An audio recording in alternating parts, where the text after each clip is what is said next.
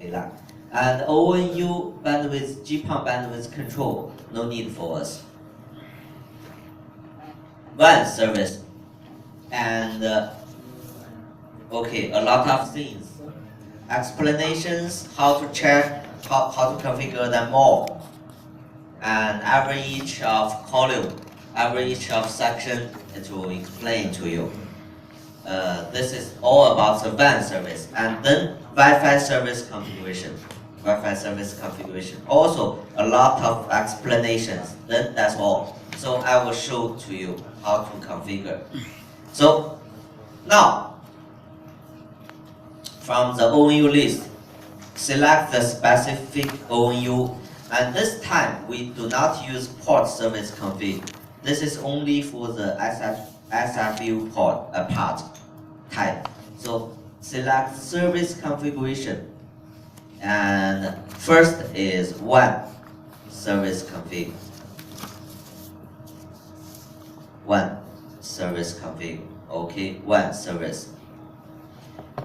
You can see located in common config and WAN service. And okay, you can see no WAN service in the favorite.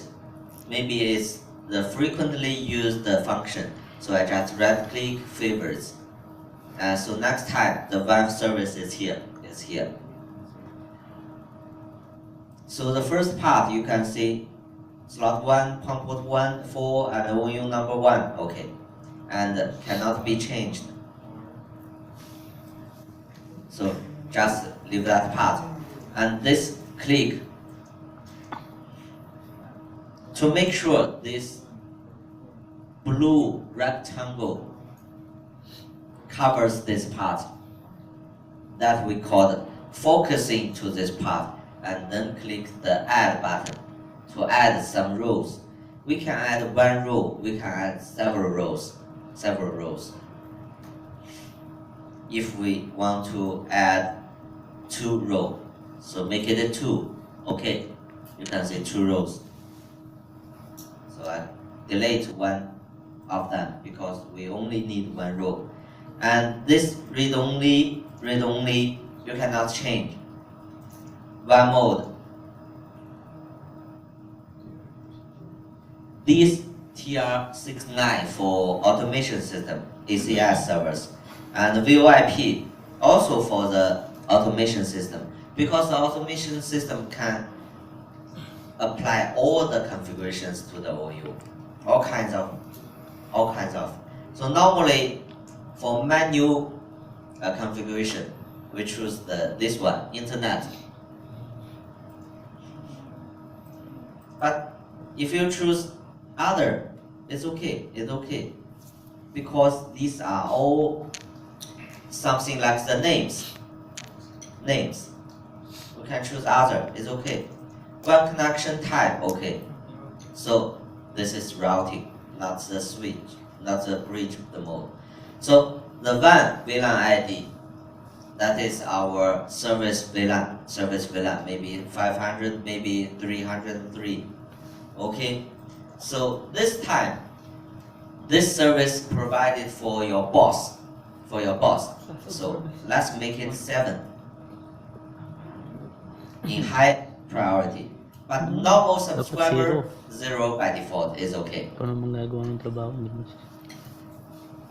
Okay, and the net enabled, always enabled, because the TP-Link, the Cisco router, if you know familiar with the router part, you will know the net is needed, is essential for the internet access, this technique. But for the business lines, the private links, the internal networks LANs, we do not need this feature, NAT. NAT has a lot of advantages, but one disadvantage is very, very critical for us. That is what? Okay. In our home, our computer always use 192.168.1.2 to link to the internet. This is the private network, and the net that is mapping to the public IP address, internet public IP address using NAT technique, so that we got some internal side and external side.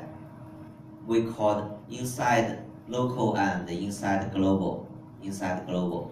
That is from local to ping global. That is from I ping Google. I can ping, but Google ping me. He cannot ping me. He cannot ping me. But you have no chance to try this. But let's think about this. I have the IP 1.2. You can also have the IP 1.2.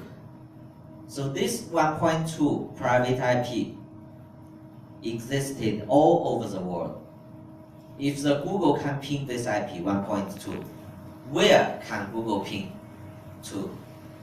Google ping where? So that a lot of the same subnet IPs in the world. So this time I will tell you the result. The result that is these private networks won't routed in the internet.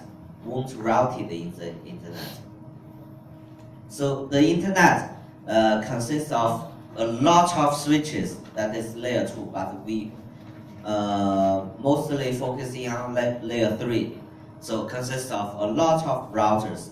And in these routers, we got the public internet routes. And inside these routes, there's no private networks. There's nothing about the private networks. So NAT was always enabled. One DSP, PPPoE. So now you can. Okay, so because of the PPPoE, obtain the IP automatically from the IP pool of the PPPoE server, VRAS server. So DNS, you can see read only, automatically assigned by the server. The proxy, no need for us. So username, password. So this part is the same as TP-Link configuration, right? It's the same.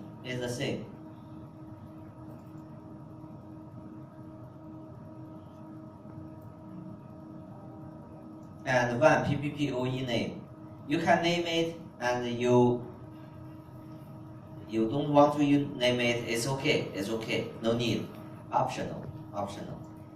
You can see this is auto connect, and the other one is connect when have payload. This is the same function as TP-Link or Cisco routers, home gateways. It's the same. The default is auto connect. So after power on, it will automatically authenticate with the server. If the link is good, even if you don't want to use right now, okay, the link, the authentication, the PPPoE virtual terminal is good, is provided, is done for you. QoS disable normally. So you can select one, and you can select them all. But do be careful, that is the ONU has some features about what?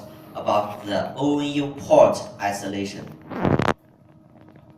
So you can use the ONU as a switch